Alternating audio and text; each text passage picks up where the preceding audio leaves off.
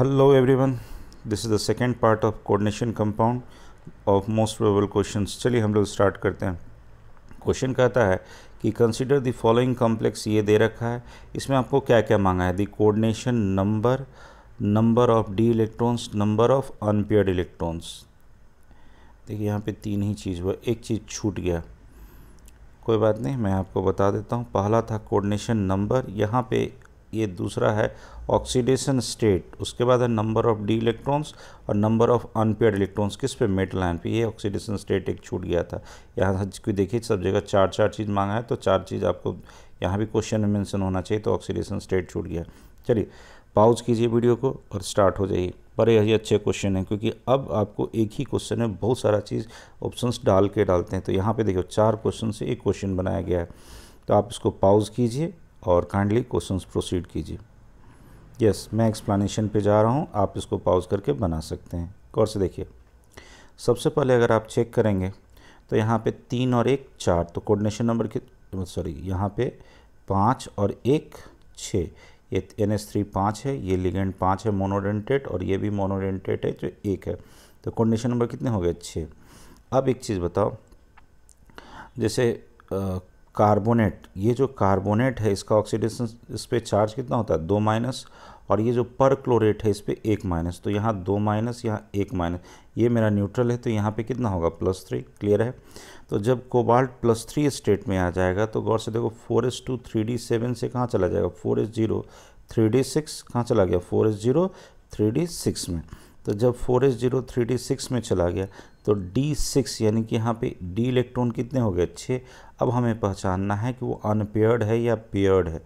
चलो एक चीज़ याद रखना, NH3 जो है ये मेरा बॉर्डर लाइन लिगेंड होता है, और NH3 जब कोबाल्ट 3+ में हो और कोऑर्डिनेशन नंबर 6 हो तो स्ट्रॉन्ग लिगेंड की तरह बिहेव करता है। तो स्ट्रॉन्ग लिगेंड अगर ये बन गया, अगर NH3 स्ट्रॉन्ग लिगेंड बन गया, तो ये क्या करेगा? It paired the unpaired electron, वो जो जितना भी अनपेयर्ड इलेक्ट्रॉन था उसको पेयर कर देगा। तो एक बात बताओ, जब D6 पेयर होगा तो 3 ऑर्बिटल पेयर्ड हो गए, ठीक। 6 लिगेंड थे, इनको आना था एक एक ऑर्बिटल में, ये अपना अपना एक एक लोन पेयर देगा। तो गौर से देखो हाइब्रिडेशन क्या हो गया? D2sp3। तो यहाँ पे D इलेक्ट्रॉन कितने हैं? 6। अनपेयर्ड इलेक्ट्रॉन क्या कोई बचा? नहीं। कितना हो गया? 0। यही पहचानना था अनपेयर्ड इलेक्ट्रॉन के लिए। तो अब आप आ जाओ ऑप्शन पे। गौर से देखो, सबसे पहला चीज़ था कोऑर्डिनेशन नंबर, तो 6। इसका ऑक्सीडेशन स्टेट तो 3, दूसरा नंबर ऑफ डी इलेक्ट्रॉन्स तो 6, और नंबर ऑफ अनपेयर्ड इलेक्ट्रॉन्स तो 0। इसका ऑप्शन है फर्स्ट। तो इस तरह से सोचिएगा, बड़ा आसान हो जाएगा। चलिए नेक्स्ट क्वेश्चन पे आते हैं। यस, अच्छा क्वेश्चन है फेस और मर आइसोमर, फेस मर isomerism is associated with which of the following complex. किस कॉम्प्लेक्स में आपको फेस और मर मिलेगा? यस, 10 सेकंड देता हूँ, या तो वीडियो पॉज कर लो। हो गया आंसर? मैं प्रोसीड कर रहा हूँ आगे की तरफ। चलिए देखिए, इसका एक्सप्लेनेशन आप देखेंगे। इसका एक्सप्लेनेशन जब देखिएगा, गौर से देखिए, फेशियल और मेरिडियन देखना। यहाँ जब कोऑर्डिनेशन नंबर 6 होता है और 3 कॉम्प्लेक्स एक जैसा हो, और दूसरा मतलब 3 लिगेंड एक जैसा हो और 3 लिगेंड फिर एक जैसा हो, यानी कि यहाँ पे मेरा कॉम्प्लेक्स होना चाहिए कौन? यहाँ पे मैंने ऊपर में मेंशन रखा है Ma3B3, Ma3B3। इसी में मेरा फेस और मर होता है। कब होता है? यहाँ देखो, ये जो लिगेंड है, ये 3 लिगेंड एक जैसा, ये 3 लिगेंड एक जैसा। गौर से देखिएगा, तीनों लिगेंड अगर इस, गौर से देखो, इस ऑक्टाहेड्रल कॉम्प्लेक्स के एक फेस पे आ जाए, तो उसको कहते हैं फेसियल। कहता है यहाँ पे देख लीजिए, similar ligand on same facial plane पे अगर आ गया तो उसको क्या कहेंगे? फेसियल। लेकिन यहाँ पे देखो, सिमिलर लिगेंड अब फेसियल पे नहीं आकर के, गौर से देखो ये कहाँ आ गया? ये मेरिडियन प्लेन पे आ गया। एक इसको मेरिडियन प्लेन कहते हैं।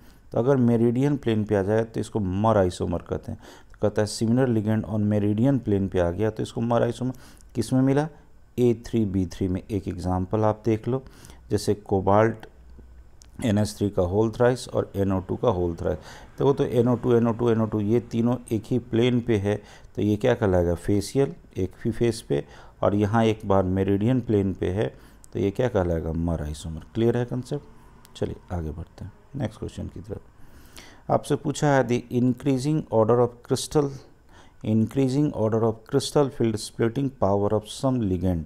कुछ एक लिगेंड यहाँ पे आपको दे रखा है ऑप्शन में, और आपसे पूछा है कि इसका स्प्लिटिंग पावर यानी क्रिस्टल फील्ड स्प्लिटिंग एनर्जी आपको उसके बेसिस पे सजाना है इंक्रीजिंग ऑर्डर में। यस 10 सेकेंड लीजिए, हम आपको इसका ट्रिक्स बता देंगे आज, जो पूरी तरह से आपको याद हो जाएंगे। यस जल्दी 10 सेकेंड लीजिए, या तो पॉज कीजिए, मैं आपको आगे प्रोसीड कर रहा हूँ। चलिए इसका एक्सप्लेनेशन पे आते हैं, गौर से देखो। कहता है on the basis of value of कौन सा, क्रिस्टल फील्ड स्प्लिटिंग एनर्जी, जितने भी लिगेंड हैं उसको एक सीरीज़ में सजाया गया, that is called spectrochemical series. इतना लंबा चौड़ा ये कभी नहीं याद होगा, और मैं कहता हूँ आपको याद मत करो। चलो मैं एक ट्रिक सिखाता हूँ, और इस ट्रिक को याद ही नहीं करो, बहुत लोग के साथ शेयर करो। देखो शेयर करने से ना, लोग कहता है ना, पढ़ाई को जब ज्ञान बांटने से ना वो बढ़ता ही है, इसलिए शेयर कीजिए, मैं तो मैक्सिमम लोग से कहता हूँ। चलिए स्ट्रेंथ ऑफ लिगेंड, कौन सा लिगेंड कितना स्ट्रॉन्ग होता है, तो इसको याद रखिएगा। सबसे स्ट्रॉन्ग होता है जिसमें कार्बन एटम डोनर हो, उसके बाद नाइट्रोजन एटम डोनर हो, उसके बाद ऑक्सीजन एटम डोनर हो, उसके बाद हैलोजन, एक्स फॉर हैलोजन। तो ये है मेरा स्ट्रेंथ ऑफ लिगेंड। तो इसको ट्रिक कैसे याद रखना है, वही जो हम आपको इलेक्ट्रोनेगेटिव का ट्रिक सिखाते थे, फ़ोन कॉल, बस यहाँ पे उल्टा दिशा में याद रखना है। यहाँ पे क्या है कि जो मेरा हैलोजन वाला है वो सबसे कमज़ोर होगा, हैलोजन डोनर, उसके बाद ऑक्सीजन एटम डोनर, उसके बाद यहाँ से देख लो नाइट्रोजन एटम डोनर, उसके बाद यहाँ से कार्बन, वहाँ क्लोरीन था यहाँ कार्बन है, तो देखो एफ से हैलोजन, ओ से ऑक्सीजन, एन से नाइट्रोजन और सी से कार्बन। क्लियर है। फ़ोन कॉल सबसे स्ट्रॉन्ग मेरा कौन हो गया, कार्बन का कहने का मतलब यहाँ देखो, ये साइनाइड वाला या ये कार्बन मोनोऑक्साइड वाला, ये जो दो लिगेंड होते हैं ये कैसे होते हैं, स्ट्रॉन्गेस्ट लिगेंड है। तो ये स्ट्रॉन्गेस्ट लिगेंड ये जो दोनों है, तो यही है। कौन सा इसमें एटम डोनर होता है, लोन पेयर एटम का जो डोनर होता है कौन होता है, कार्बन, और कार्बन है। उसके बाद गौर से देखो इथिलीन डायमीन, EDTA, अमोनिया, ये सब में कौन होता है, नाइट्रोजन। उसके बाद ऑक्सीजन, जैसे H2O है, OH- है, ऑक्सालेट है, यहाँ ऑक्सीजन। उसके बाद यहाँ सब में देखो ये सब इसको छोड़ दो, इसको भी सूडो हैलोजन ही कहते हैं। तो ये सब मेरा कैसा है, हैलोजन है। यानी कि इस सीरीज़ में आपको अगर दिमाग में रखिएगा तो क्वेश्चंस आपके बन जाएंगे, बस ये ट्रिक याद रखिए, एकदम बनेगा। चलिए अब उस ऑप्शन पे आते हैं। इस ऑप्शन को देखिए, हमने क्या कहा था, फ़ोन कॉल, सबसे स्ट्रॉन्गेस्ट कौन, कार्बन। तो सबसे स्ट्रॉन्गेस्ट कार्बन यहाँ दिख रहा है, यहाँ दिख रहा है। उसके बाद ऑक्सीजन में ये है, मिल गया। यहाँ तो ये हैलोजन आ गया, यानी ये मेरा गलत हो गया। उसके बाद ये हैलोजन, यानी कि ये आंसर सही है। बस आपको क्या याद रखना था, फ़ोन कॉल, सबसे स्ट्रॉन्गेस्ट कार्बन एटम डोनर, तब नाइट्रोजन एटम डोनर, तब oxygen atom lone pair donor, तब halogen atom lone pair donor. यही बस इसको याद रखिए। ये है मेरा सीरीज़ किसका, स्पेक्ट्रोकेमिकल सीरीज़ का, जिसमें हम लिगेंड का पावर को बताते हैं। कभी भी आपको ये सीरीज़ पूरा मत याद रखना, केवल ये ट्रिक याद रखो और उस थ्योरी को एक बार देख लो। ज़रूरत पड़े, जहाँ जहाँ मैं थ्योरी लेता हूँ, अगर आपको ज़रूरत पड़ता है तो स्नैपशॉट ले लो, उसका स्क्रीनशॉट ले लो, वो ज़्यादा बेहतर रहेगा। चलो नेक्स्ट क्वेश्चन पे हम आते हैं। अब आइए, ये क्वेश्चन है, इस क्वेश्चन पे हम आते हैं, एक्सप्लेनेशन आ जाएगा। चलो कोई बात नहीं। ये क्वेश्चन कहता है कि पहले गौर से देखो, Ag + NH3 से रिएक्ट किया, उसका हमको इक्विलिब्रियम कांस्टेंट दिया हुआ है, यानी कि फॉर्मेशन कांस्टेंट कहोगे। फिर ये Ag-NH3 का कॉम्प्लेक्स बना, फिर एक NH3 आया, NH3 का होल ट्वाइस आ गया, फिर उसका फॉर्मेशन कांस्टेंट दिखा। तो पूछा आपका कि इसका फाइनली, यानी इसका ये जो यहाँ बन रहा है इसका बताओ फाइनली। तो देखो शायद इक्विलिब्रियम में आप पढ़े होंगे कि दो रिएक्शन हैं, इन दोनों को अगर हम जोड़ देंगे, इस दोनों को अगर एडअप कर दोगे, तो जो ये फाइनल मेरा मिलेगा, जब फाइनल मिलेगा, याद करो क्या होता है फाइनल, हम कैसे निकालते हैं। 10 सेकेंड लो और बनाओ। आंसर आपको निकालना है कि फाइनल का इसका फॉर्मेशन कांस्टेंट कितना होगा। यस क्विकली, मैंने आपको हिंट दे दिया। चलिए मैं प्रोसीड करता हूँ। देखिए करना क्या था यहाँ पे, इसका कांस्टेंट निकालने के लिए इसका कांस्टेंट निकालने के लिए इन दोनों को क्या करना था, गुना कर देना था। तो K3 बराबर क्या हो जाएगा, K1 इंटू Q2। क्यों? क्योंकि जब इस दोनों रिएक्शन को जब आप जोड़ोगे, इस दोनों रिएक्शन को जब एडअप कीजिएगा तो गौर से देखिए इससे ये कैंसिल हो जाएगा, Ag प्लस 2NH3 से मेरा ये बनेगा। तो दोनों रिएक्शन को जोड़ने के बाद ये बन रहा है, यानी कि इन दोनों को क्या करना होगा, मल्टीप्लाई करना होगा। तो 10 to the power -3 10 to the power -3 यानी कि 10 टू द पावर -6 6.8 को 1.6 से गुना करेंगे तो तकरीबन 10 दशमलव समथिंग आएगा, यानी 1 इंटू 10 टू द पावर -5 हो गया आंसर। ढूंढ लो, यहाँ दिख रहा है आपको, कुछ नहीं करना था, बस सिंपल सा क्वेश्चन था। नेक्स्ट है, देखिए मेटल कार्बोनाइल कंपाउंड है, कहता है आयरन और कार्बन के बीच कौन सा बॉन्ड पाया जाएगा या कौन सा कैरेक्टर पाया जाएगा। आयनिक कहता है, पाई बॉन्ड कहता है, सिग्मा कहता है, both sigma and pi. Yes, जल्दी बनाइए, 10 सेकंड का समय लीजिए, पॉज कीजिए, मैं आगे बढ़ रहा हूँ। चलो देखो, हमने आपको जो पढ़ाया था उसमें हमने आपको बता रखा है कि जब सिग्मा और पाई बॉन्डेड कहाँ पे होते हैं, तो एकदम आँख मूंद के याद रखो, बॉन्ड किसमें, मेटल कार्बोनाइल्स में। कहीं भी मेटल कार्बोनाइल होता है उसमें क्या क्या होते हैं, सिग्मा और पाई बॉन्डेड।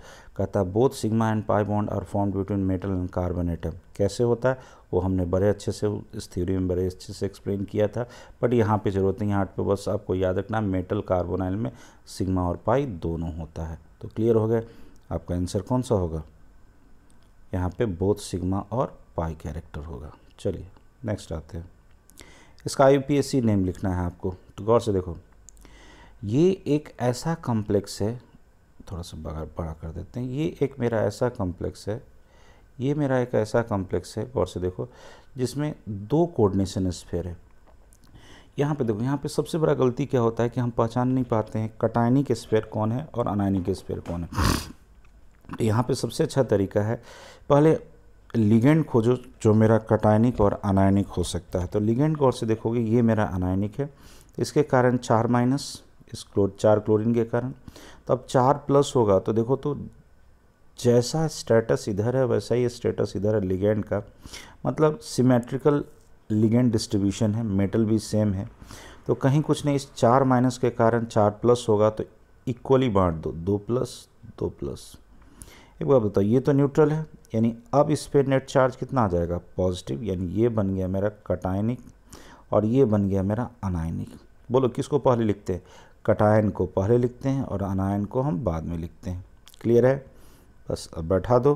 कटायन को चूँकि पहले लिखना था तो पहले लिखना था, तो यहाँ पे कहाँ से शुरू होगा, कोऑर्डिनेशन नंबर से, यानी tetraammine nickel, tetraammine nickel 2। Tetra हमको यहाँ दिख रहा है, टेट्रा दो आंसर नज़र आ रहे हैं, टेट्राएमीन निकेल 2, एक ये और एक ये में दिख रहा है, ठीक है, निकेल 2। अब इसमें आ जाओ, टेट्रा क्लोरो, यहाँ भी टेट्रा क्लोरो। अब यहाँ पे देखो, चूँकि ये अनायनिक कॉम्प्लेक्स हो गया, क्यों, क्योंकि जब यहाँ पे +2 होगा तो यहाँ पे कितना हो जाएगा, -2, नेट इस पे चार्ज बचेगा -2। और जब -2 होता था तो मेटल के सफिक्स में क्या लिखते थे, 8। तो यहाँ पे देखो, यहाँ पे है टेट्राक्लोरोनिकेलेट है, और यहाँ भी उसका ऑक्सीडेशन स्टेट कितना, +2, तो है यहाँ पे +2, यानी कि साफ दिख रहा है सॉरी, कि यहाँ पे इसका आंसर ये वाला होगा। तो फिर से आप लोग एक बार सबसे रिक्वेस्ट है कि खुद से बनाइए, इसको हमने जानबूझ करके बता दिया पहले कटायनिक फिर बाद में अनायनिक। अनायनिक में बस याद रखना का बात होता है कि मेटल जो है, मेटल में सफिक्स लगता है 8, बाकी तो जो जनरल रूल है सारे लोग समझते होंगे, जो लोग भी एक बार पढ़ चुके होंगे कम से कम। चलिए नेक्स्ट क्वेश्चन पे आते हैं। आपसे पूछा, in which of the following coordination entity is the magnitude of ये crystal field splitting energy in octahedral field will be maximum. देखो जैसे ही ये कहता है ना, तो लोग बैठा के निकालने लगते हैं जो एक फार्मूला है उसके बेसिस पे। आप ऐसे नहीं करना। यहाँ पे देखो, चूँकि गौर से देखो, मेटल सब जगह सेम है और ये लिगेंड अलग अलग है। तो एक बात बताओ सिंपली, अभी अभी आपने एक ट्रिक सीखा था, फ़ोन कॉल, अभी अभी हमने आपको बताया था फ़ोन कॉल। बताओ तो सबसे स्ट्रॉन्गेस्ट कौन है, CO और Cn। तो जो स्ट्रॉन्गेस्ट है किसके बेसिस पे, क्रिस्टल फील्ड स्प्लिटिंग एनर्जी के बेसिस, यानी कि ये सबसे ज़्यादा एनर्जी जनरेट करता होगा, उसके बीच का जो ऑर्बिटल का जो इस तरह से डिस्ट्रीब्यूशन होता है, जितना स्ट्रॉन्ग लिगेंड रहेगा इसका डिस्ट्रीब्यूशन उतना ज़्यादा कराएगा, इतना दूर तक उसको बाइफर्केट करेगा। तो ऑफ कोर्स कौन करेगा, CO और CN। चलिए वापस ऑप्शन में जाते हैं, तो देखिए देख के बताइए कौन होगा। ये आ गया मेरा ऑप्शन CO और CN। चलिए नेक्स्ट क्वेश्चन पे आते हैं।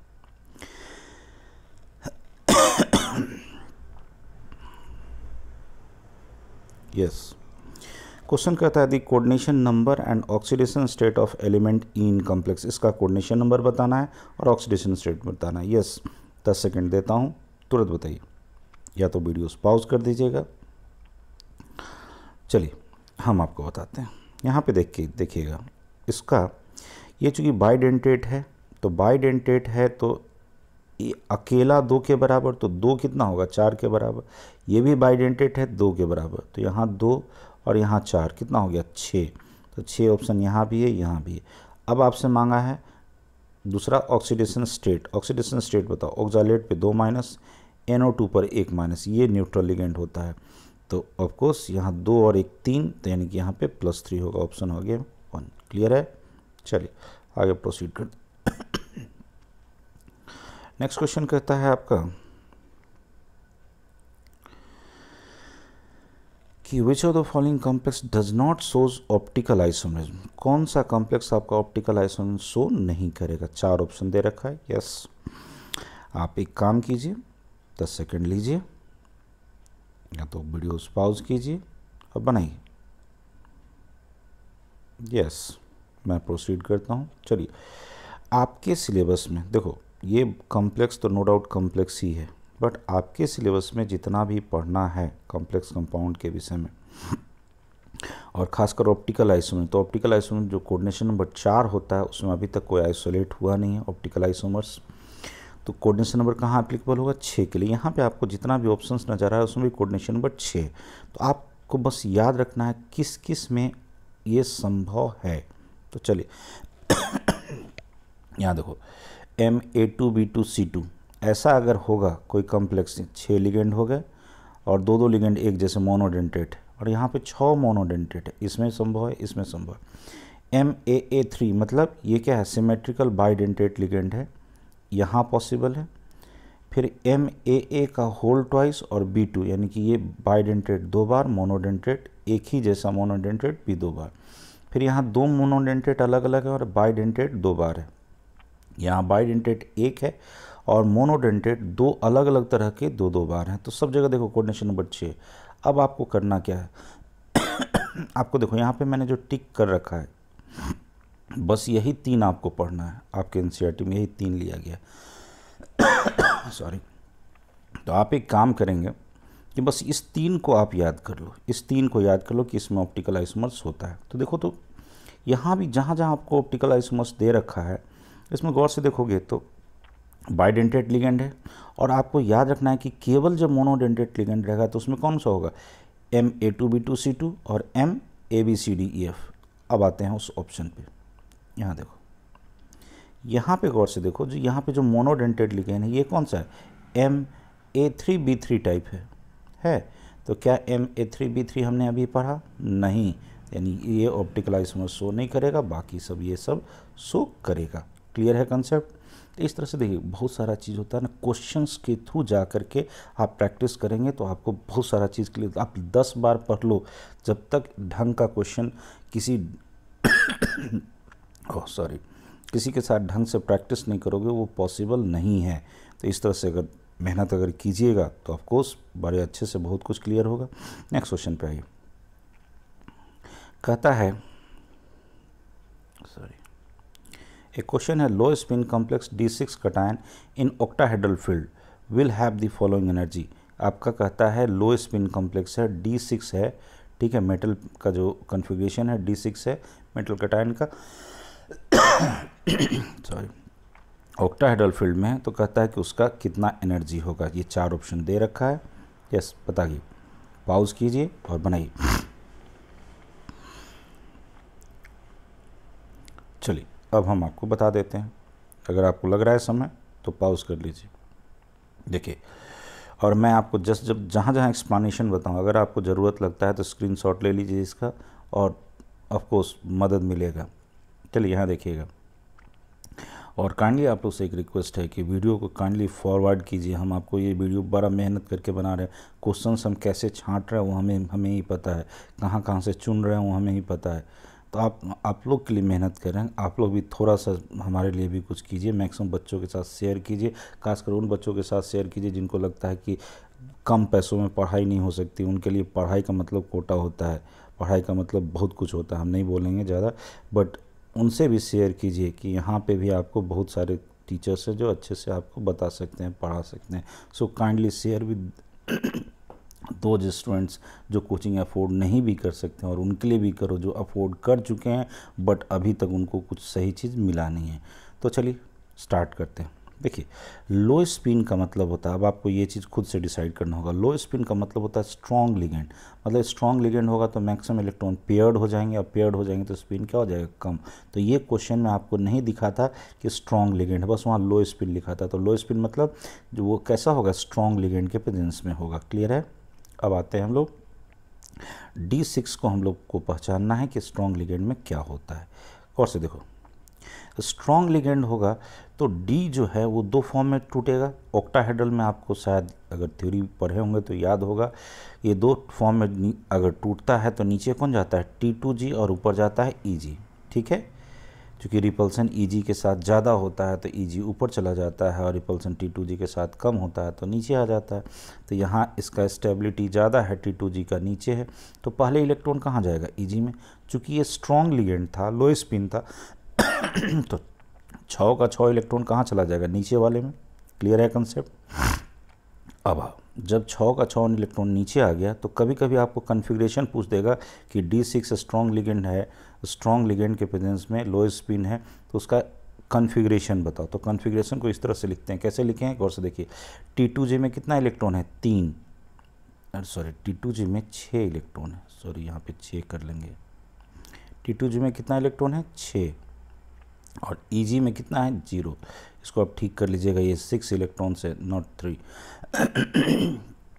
अब एक चीज़ और इसको आपको मैं यहाँ पे याद करा दूँ। देखो ये डेल्टा नॉट कैसे निकालते हैं, ये देखो यहाँ पे आप ओरिजिन मान लो, तो ओरिजिन मान लोगे तो जैसे देखो T2G में कितना ऑर्बिटल है, 3 है, तो इसको कर दो 2/5, और जिधर 2 है उधर कर दो 3/5। फिर से सुनो, जहाँ 3 ऑर्बिटल है वहाँ कर दो 2/5, और जहाँ 2 है वहाँ 3/5। फिर से सुनना, जहाँ 3 वहाँ 2/5, और जहाँ 2 वहाँ 3/5। तो 3/5 को हम क्या लिख सकते हैं, फिर से देखना, 3/5 को हम लिख सकते हैं 0.6, और 2/5 को लिख सकते हो 0.4। अब चूंकि ओरिजिन ये हम माने थे तो ओरिजिन को कितना मान लो, 0, नीचे वाला निगेटिव और ऊपर वाला पॉजिटिव। क्लियर है। अब देखो इलेक्ट्रॉन्स कहाँ आके बैठा है, नीचे में। कितना इलेक्ट्रॉन्स था, 6, इसको 3 गलती से लिखा गया, कितना है, 6। अब 6 है तो गौर से देखो डेल्टा नॉट कैसे निकालते हैं। नीचे था -0.4 × 6, ऊपर था 0.6, और कोई इलेक्ट्रॉन था नहीं तो 0। यहाँ पे 6 कर लीजिएगा, फिर से मैं कह रहा हूँ। तो ये हो गया -2.4, और चूंकि पेयर्ड था कितना, 3, तो इसलिए 3p वहाँ पे लिख दिया। आगे मेरा माइनस, इसको हम लिख सकते हैं 12/5 12/5 डेल्टा नॉट, उसी के फॉर्म में जिस फॉर्म में आपको ऑप्शन में था। तो आ गया मेरा आंसर। क्लियर है कंसेप्ट। इसको आप 2 बार निकालना सीखिए, 3 बार निकालना सीखिए, क्योंकि इस तरह के क्वेश्चन हर साल, हर 1-2 साल पे इस तरह के क्वेश्चन पूछे जाते हैं। ठीक है, तो ये था आपका कोऑर्डिनेशन कंपाउंड का most selected questions for this year. और आप लोग से एक रिक्वेस्ट है, मैक्सिमम बच्चों के साथ शेयर कीजिए प्लीज़, काइंडली रिक्वेस्ट है आप लोग से, क्योंकि मैं ये नहीं कहता कि इससे मेरा चैनल प्रमोट होगा, इससे आपका फ़ायदा होगा। और देखो ह्यूमैनिटी इसी को कहते हैं, मैक्सिमम स्टूडेंट का फ़ायदा हो। ठीक है, और ये लॉकडाउन है, क्या होगा कल, क्या होगा, ये सब चीज़ मत सोचो, अभी जो होना होगा होगा। ठीक है, बस मेहनत करते रहो। Best of luck. चलिए फिर अगले वीडियो में अगला कोई टॉपिक लेके आएंगे, कोशिश करेंगे कि कोई अच्छा ही टॉपिक लेके आएँ। Thank you.